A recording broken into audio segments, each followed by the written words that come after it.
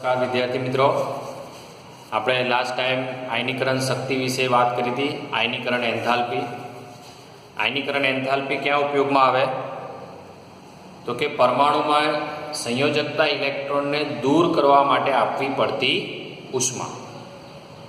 એટલે કે આપણે લાસ્ટ ટાઈમ શીખી ગયા છે કે ઇલેક્ટ્રોન દૂર કરીએ એટલે ધનાયન બને. એટલે ટૂંકમાં પરમાણુને ઇલેક્ટ્રોન દૂર કરીને ધનાયન બનવા માટે આપવી પડતી જે ઉર્જા છે એને આપણે આયનીકરણ એન્થાલ્પી કહીએ છીએ.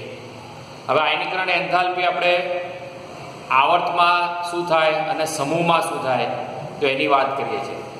તો આજનો આપણો જે લેક્ચર છે એનું ટાઇટલ છે આવર્તમાં આયનીકરણ એન્થાલ્પી. આવર્ત એટલે આપણને ખબર છે કે આપણે કુલ 7 આવર્ત છે અને એમાં આપણે જનરલી બીજા ત્રીજા આવર્તની વાત કરીશું. આપણે પાન નંબર 79 ઉપર તમારું આ જે પિરિયોડિક ટેબલ છે એ પિરિયોડિક ટેબલમાં આપણે આવર્ત નંબર પહેલો છે એમાં તો 2 જ તત્વ છે, હાઇડ્રોજન અને હિલિયમ. પણ આવર્ત નંબર બીજો છે એમાં લિથિયમથી નિયોન સુધીના 8 તત્વો છે. આવર્ત નંબર ત્રીજો છે એમાં સોડિયમથી આર્ગોન સુધીનો. એટલે આ આપણે શરૂઆતના આવર્તોની વાત કરીશું, કારણ કે પછીના આવર્તમાં શું થાય છે, ચોથા આવર્તમાં તમે જોઈ શકો છો કે વચ્ચે ડી વિભાગ આવે છે, પાંચમામાં ડી વિભાગ આવે છે, છઠ્ઠામાં ડી આવે છે, પાછો એફ પણ આવે છે, સાતમામાં ડી આવે છે, એફ પણ આવે છે. એટલે એ બધું પાછું કોલેજ લેવલે તમારે ઉચ્ચ કક્ષાએ અભ્યાસ આવશે અથવા 12મા ધોરણમાં પણ આપણે એનો અભ્યાસ કરીશું.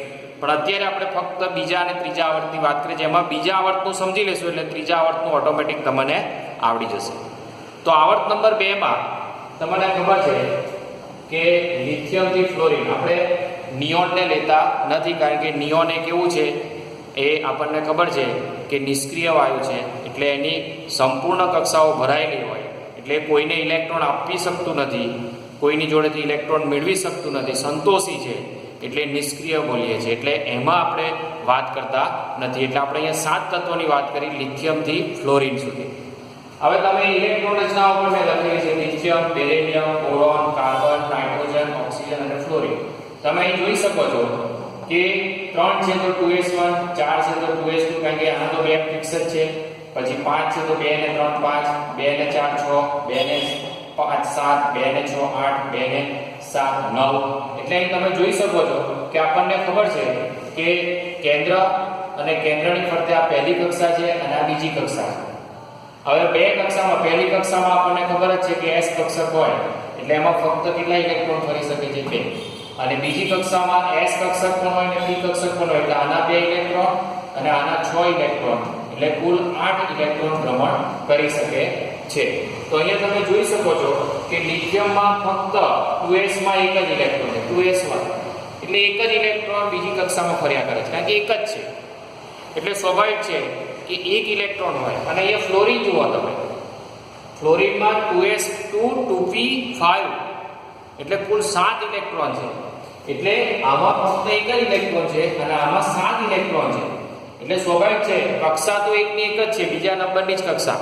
તો તમે જોઈ શકો છો કે એક કરતા 7 ઇલેક્ટ્રોનનું આકર્ષણ વધારે હોય છે. 7 ઇલેક્ટ્રોનનું આકર્ષણ વધારે હોય છે. અંદર આપી દે એટલે આ 7 ઇલેક્ટ્રોનની મદદથી આકર્ષણ વધારે હોય એટલે સંકોચન વધારે થાય. એટલે કેન્દ્રીય આકર્ષણ વધે અને કેન્દ્રીય આકર્ષણ વધે એટલે પરમાણ્વીય ત્રિજ્યા ઘટે. આપણે ભણી જ ગયા છે. કેન્દ્ર ઇલેક્ટ્રોન વચ્ચેનું અંતર ઘટે.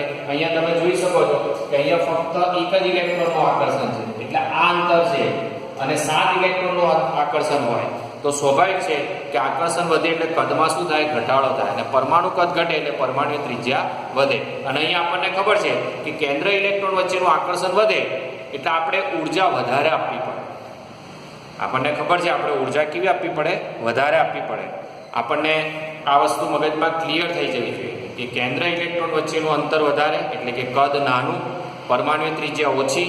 પરમાણુ ત્રિજ્યા ઓછી એટલે કેન્દ્રીય આકર્ષણ બળ વધારે હોય અને કેન્દ્રીય આકર્ષણ બળ વધારે હોય એટલે તેવા ઇલેક્ટ્રોનને દૂર કરવા માટે આપણે વધારે ઉર્જા આપવી પડે. એટલે અહીંયા તમારા મગજમાં ફિક્સ કરી દેવાનું કે કોઈ પણ આવર્ત હોય એમાં ડાબી બાજુથી જમણી બાજુ તરફ જઈએ તેમ મુખ્ય ક્વોન્ટમમાં કેવો રહેશે, અચળ રહેશે.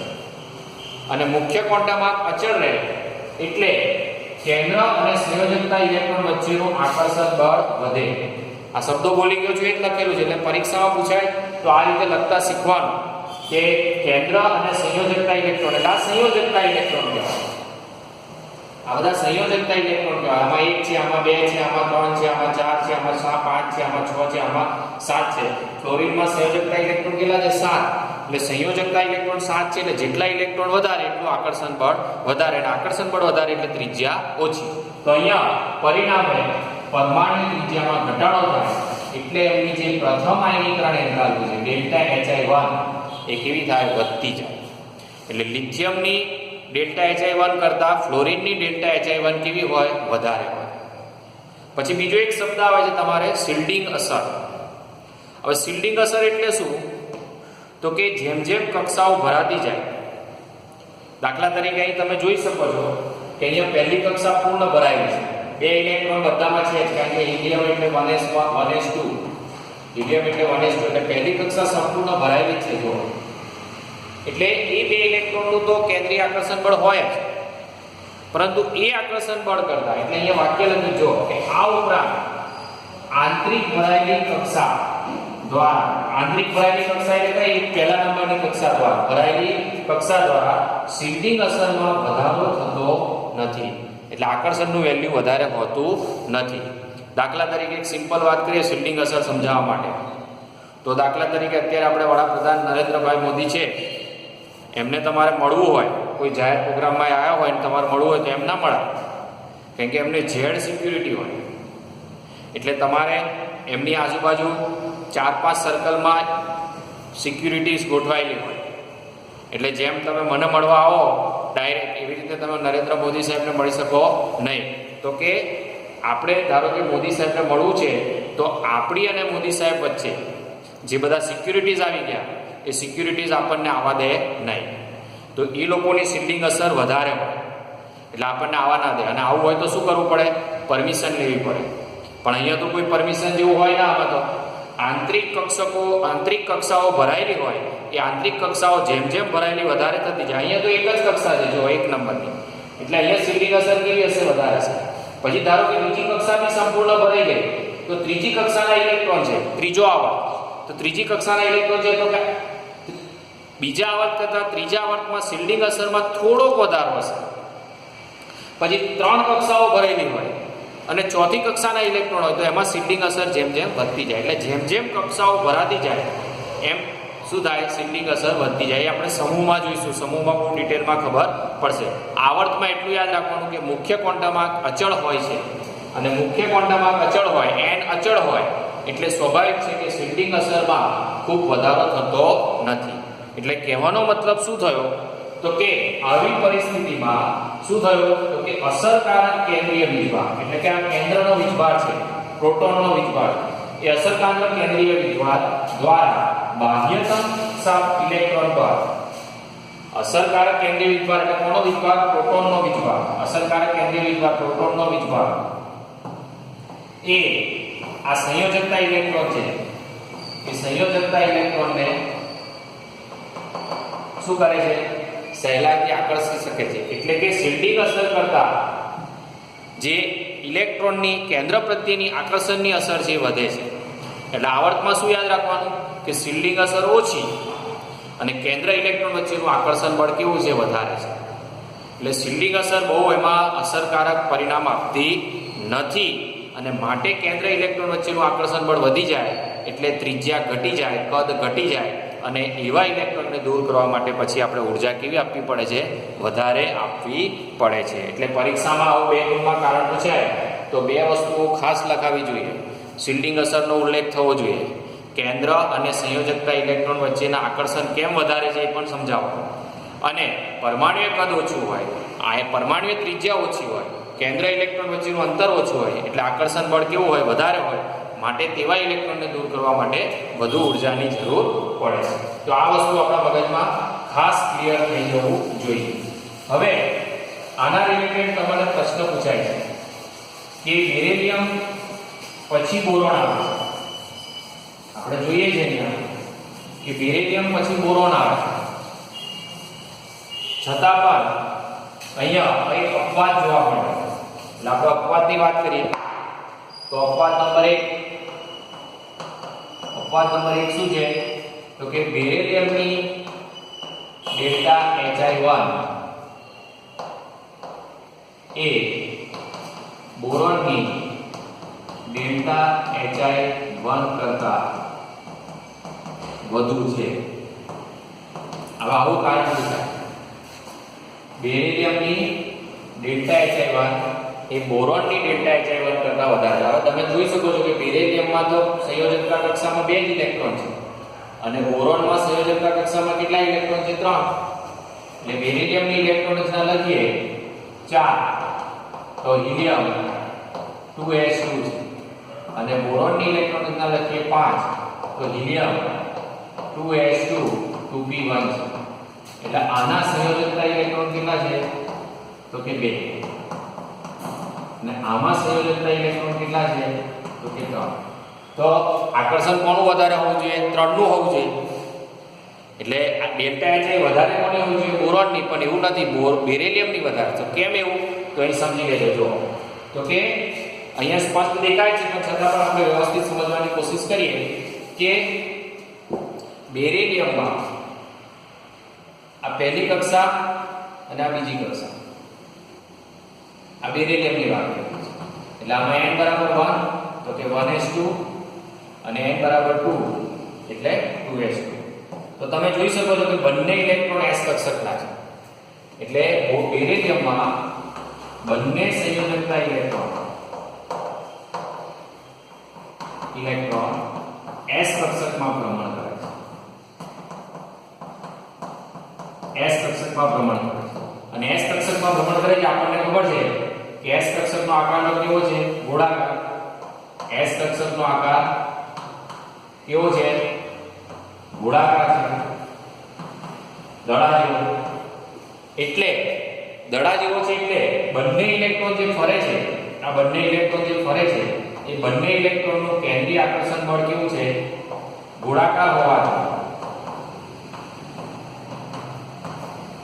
કેન્દ્રીય આકર્ષણ બળ વધારે. કેન્દ્રીય આકર્ષણ બળ કેવું હોય? વધારે. એટલે સરખું જ હોય બધી બાજુ, દરેક દિશામાં સરખું હોય.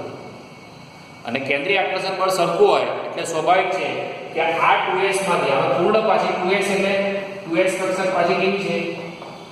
પૂર્ણ ભરાયેલી છે. અને પૂર્ણ ભરાયેલી હોય એટલે આપણે ભણી ગયા છે કે સ્થાયીત્વ વધારે હોય.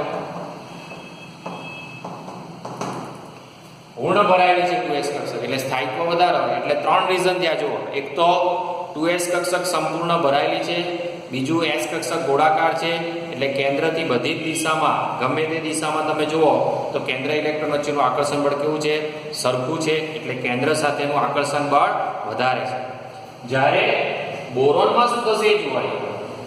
તો બોરોનમાં પહેલી કક્ષા તો ભરાયેલી છે 1s2, પણ બીજી કક્ષામાં એક પહેલો ઇલેક્ટ્રોન કઈ કક્ષકમાં છે? 2p માં છે. અને 2p કક્ષકનો આકાર ખબર છે 2px1 હોય ધારો કે આ, તો 2px1 એટલે એનો આકાર ડબેલી કહેવાય. આ 2px1 જેવું. એટલે એક ઇલેક્ટ્રોન ફરે છે એનું તમે જો કે બધી દિશામાં આકર્ષણ નથી. આ બાજુ આકર્ષણ છે જ નહીં, આ બાજુ આકર્ષણ છે જ નહીં, ખાલી p કક્ષકના અનુરૂપ આકર્ષણ બળ છે. એટલે આનું આકર્ષણ આના આકર્ષણ કરતા s કક્ષકના આકર્ષણ કરતા કેવું છે? ઓછું છે. એટલે પહેલો ઇલેક્ટ્રોન દૂર થાય તો શેમાંથી ઝડપથી દૂર થઈ શકે છે? બોરોનમાંથી દૂર થઈ શકે છે. કારણ કે બોરોનનો પહેલો ઇલેક્ટ્રોન કઈ કક્ષકનો છે? 2px કક્ષકનો છે. અને 2px કક્ષકનો છે એટલે 2s કક્ષકની સરખામણીમાં આકર્ષણ બળ ઓછું છે. માટે બેરિલિયમની પ્રથમ આયનીકરણ એન્થાલ્પી, આ ડેલ્ટા HI1 લખ્યું એટલે કઈ આયનીકરણ થઈ? પ્રથમ. તો કેવી છે? વધારે છે. કોના કરતા? તો કે બોરોન કરતા. હવે દ્વિતીય આયનીકરણ એન્થાલ્પીની વાત કરીએ તો દ્વિતીય આયનીકરણ એન્થાલ્પીમાં તો હવે આમાં કઈ કક્ષક થઈ ગઈ? એક ઇલેક્ટ્રોન જતો રહ્યો, બેરિલિયમ પ્લસ બની ગયો એટલે અહીંયા 2s1 થઈ ગયું અને અહીંયા બોરોન પ્લસ બની ગયો એટલે શું થઈ ગયું? 2p0. તે ઘડી આનું સ્થાયીત્વ વધી જાય આના કરતા. એટલે ડેલ્ટા HI2 ની વાત કરીએ ને તો ડેલ્ટા HI2 કોની છે? Boron greater than beryllium. Boron મોટા છે બેરિલિયમ કરતા. દ્વિતીય આયનીકરણ એન્થાલ્પી કોની વધી જશે પાછી? બોરોનની. કેમ? તો કે 2s2 રહ્યા ને, આમાંથી ઇલેક્ટ્રોન જવાનો અને આમાંથી ઇલેક્ટ્રોન જવાનો એટલે આ કેવો છે? સ્થાયીત્વ વધારે છે, કારણ કે પૂર્ણ ભરાયેલી છે. આમાં તો એક જ ઇલેક્ટ્રોન છે, એટલે આની સરખામણીમાં જ્યારે બોરોન +2 બને, બેરિલિયમ +2 બને ત્યારે આ 0 થઈ જશે અને આ કેટલા થઈ જશે? 1. એટલે આ રીતે આપણે સમજવાની કોશિશ કરવાની. એવો બીજો એક ઉદાહરણ લઈએ આપણે, ઓક્સિજન અને નાઇટ્રોજન. તો અપવાદ નંબર 2 લઈએ. તો અપવાદ નંબર 2 માં તમારા મગજમાં હવે ક્લિયર થવું જોઈએ કે ઓક્સિજન એટલે Z બરાબર અહીં લખેલા છે આપણે કેટલા? 8 અને નાઇટ્રોજન આ બેની વાત લઈએ કે અહીંયા નાઇટ્રોજન છે N, અપવાદ નંબર 2. તો નાઇટ્રોજન છે Z બરાબર 7, હિલિયમ 2s2 2p3 અને ઓક્સિજન Z બરાબર 8, હિલિયમ 2s2 2p4. હવે તમે જોઈ શકો છો કે આમાં સંયોજકતા ઇલેક્ટ્રોન 5 છે અને આમાં સંયોજકતા ઇલેક્ટ્રોન કેટલા છે? 6 છે. પણ જોવાનું છે p કક્ષકમાં. જો આમાં 2p3 છે અને આમાં 2p4 છે. હવે નાઇટ્રોજનની વાત કરીએ તો હિલિયમ 2s2 તો છે, પણ p કક્ષકના આપણને ખબર છે 3 પ્રકાર છે: 2px, 2py અને 2pz. 2px1, 2py1 અને 2pz. કયા નિયમના આધારે આપણે ઇલેક્ટ્રોન રચના લખી? તો કે હુન્ડના નિયમના આધારે. હુન્ડના નિયમનો ઉપયોગ થાય. તો હુન્ડના નિયમમાં ખબર છે કે આપણને વધુમાં વધુ ઇલેક્ટ્રોન અયુગ્મિત ગોઠવાય એ રીતે આપણે ઇલેક્ટ્રોન ભરવા પડે. એટલે 2p3 છે એટલે ત્રણે એક કક્ષકમાં ગયા.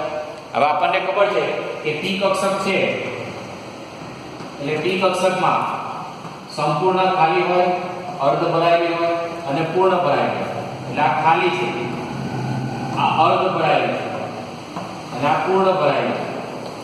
તો તમે જોઈ શકો છો કે આ કઈ રચના ધરાવે છે? અર્ધ ભરાયેલી રચના ધરાવે છે. અર્ધ ભરાયેલી સ્થાયી રચના ધરાવે છે. અને ઓક્સિજનની વાત કરીએ તો ઓક્સિજન 8 છે, helium 2s2 2px 2py 2pz.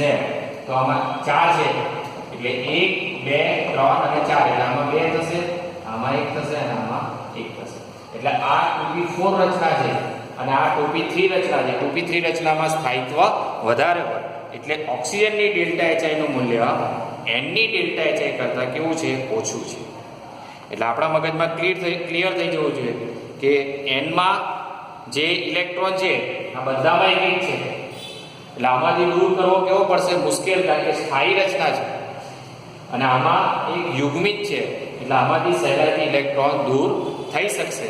હા, પછી દ્વિતીય આયનીકરણ એન્થાલ્પી થાય એટલે ધારો કે જો n+1 બની ગયો તો તે ઘડીએ આપણા મગજમાં ક્લિયર થવું જોઈએ. એટલે અહીંયા લખેલું છે કે O ની ΔHI નું મૂલ્ય N ની ΔHI કરતાં ઓછું છે. આમ થવાનું કારણ N ના ત્રણેય બાહ્યતમ ઇલેક્ટ્રોન 2p કક્ષકમાં જુદી જુદી કક્ષામાં 2px માં 1 છે, 2py માં એટલે સ્થાયિત્વ વધારે છે, જ્યારે પેલામાં સ્થાયિત્વ કેવું છે? ઓછું છે. પરિણામે ઇલેક્ટ્રોન અપાકર્ષણ વધી જાય. અહીંયા શું થાય? આ 2px2 માં શું થઈ જાય? આપણને ખબર છે, જો આ રીતે લખીએ છીએ એક ઇલેક્ટ્રોનનો સ્પિન ઉપર, એક ઇલેક્ટ્રોનનો સ્પિન નીચે, એટલે આમાં ઇલેક્ટ્રોન અપાકર્ષણ વધી જાય અને ઇલેક્ટ્રોન અપાકર્ષણ વધી જાય એટલે આનો ઇલેક્ટ્રોન સહેલાઈથી દૂર થઈ જાય. એટલે નાઇટ્રોજન કરતા ઓક્સિજનની આયનીકરણ એન્થાલ્પી આની ΔHI1 કેવી? વધુ અને આની ΔHI1 કેવી? ઓછી. તો સમજ પડી ગઈ બે રીઝન લખવાના. એક તો અર્ધ ભરાયેલી કક્ષક છે એટલે બધામાં એક એક ઇલેક્ટ્રોન છે એટલે આકર્ષણ બળ વધારે, જ્યારે આમાં એક યુગ્મિત ઇલેક્ટ્રોન છે એટલે ઇલેક્ટ્રોન અપાકર્ષણ વધી જાય.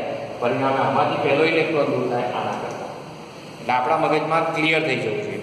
હવે બીજો પ્રશ્ન પૂછી કાઢે છે કે ઓક્સિજન કરતા ફ્લોરિનની F ની ΔHI એ N અને O ની HI કરતા વધુ છે. તો F ની વાત કરીએ ફ્લોરિન, તો ફ્લોરિનની ઇલેક્ટ્રોન રચના લખો તમે તો 9 helium 2s2 2px 2py 2pz.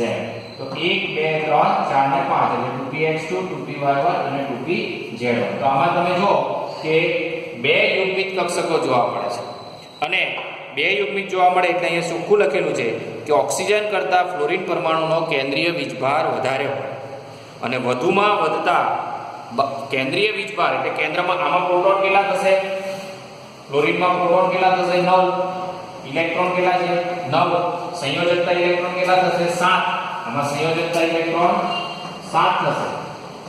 એટલે સંયોજકતા ઇલેક્ટ્રોન 7 થાય એટલે સ્વાભાવિક છે કે કેન્દ્ર અને ઇલેક્ટ્રોન વચ્ચે આકર્ષણ બળ વધી જાય અને આકર્ષણ બળ વધી જાય એટલે નાઇટ્રોજન અને ઓક્સિજન કરતા ફ્લોરિનની આયનીકરણ એન્થાલ્પી, પ્રથમ આયનીકરણ એન્થાલ્પી કેવી છે વધારે છે. એટલે આવર્ત નંબર 2 ના આધારે આપણે આટલી વાતો શીખ્યા એ આપણા મગજમાં ક્લિયર થઈ જવું જોઈએ કે આવર્ત નંબર 2 શું કહેવા માંગે છે. એટલે આપણે આવર્તમાં શું શીખ્યા કે ડાબી બાજુથી જમણી બાજુ તરફ જઈએ તેમ કેન્દ્રીય અસરકારક વીજભારની સાથે સાથે કેન્દ્ર અને ઇલેક્ટ્રોન વચ્ચેનું આકર્ષણ બળ વધતું જાય, પરમાણુ કદ ઘટતું જાય. કેમ ઘટે તો કે મુખ્ય ક્વોન્ટામાં અચળ રહે અને કેન્દ્ર ઇલેક્ટ્રોન વચ્ચેનું આકર્ષણ બળ વધે, કદ ઘટે એટલે પરમાણુ ત્રિજ્યા વધે, પરિણામે ડેલ્ટા HI માં શું થાય વધારો થાય. પણ આપણે બે અપવાદ જોયા એટલે આપણે બીજા આવર્ત માટે શું લખી શકીએ તો કે આપણે આવો એક ક્રમ લખી શકીએ બીજા આવર્ત માટે આયનીકરણ એન્થાલ્પી ડેલ્ટા HI1 પ્રથમ આયનીકરણ એન્થાલ્પી અને શું લખાય પ્રથમ આયનીકરણ એન્થાલ્પી નો ક્રમ. હવે લિથિયમ, તો લિથિયમની આયનીકરણ એન્થાલ્પી લિથિયમ કરતા કોની વધારે છે બેરિલિયમ. લિથિયમ નાના છે બેરિલિયમ કરતા, lithium less than beryllium, beryllium greater than boron. ભણ્યા ને હમણાં આ અપવાદ આવે, આ શું આવ્યું અપવાદ. પછી boron less than carbon, carbon less than આપણે આયનીકરણ એન્થાલ્પી વાત કરીએ એટલે લિથિયમની આયનીકરણ એન્થાલ્પી કરતા બોરોનની આયનીકરણ લિથિયમ નાના છે બેરિલિયમ કરતા, બેરિલિયમ મોટા છે બોરોન કરતા, બોરોન નાના છે કાર્બન કરતા, કાર્બન નાના છે નાઇટ્રોજન કરતા, નાઇટ્રોજન મોટા છે ઓક્સિજન કરતા અને ઓક્સિજન નાના છે ફ્લોરિન કરતા. તો આ તમારો ક્રમ છે. સમજ પડી? એટલે લિથિયમની આયનીકરણ એન્થાલ્પી ઓછી છે બેરિલિયમ કરતા, બેરિલિયમની વધારે છે બોરોન કરતા. એટલે આવો પરીક્ષામાં ક્રમ પૂછાય તો આ બે અપવાદ જોવા મળે છે. આ વસ્તુ આપણા મગજમાં ક્લિયર થવું જોઈએ. આવી રીતે તમે ત્રીજા આવર્ત વિશે પણ સમજી શકો છો. તો ખાસ આ વસ્તુ ધ્યાનમાં રાખવાની. હવે નેક્સ્ટ લેક્ચરમાં આપણે સમૂહ વિશે વાત કરીશું.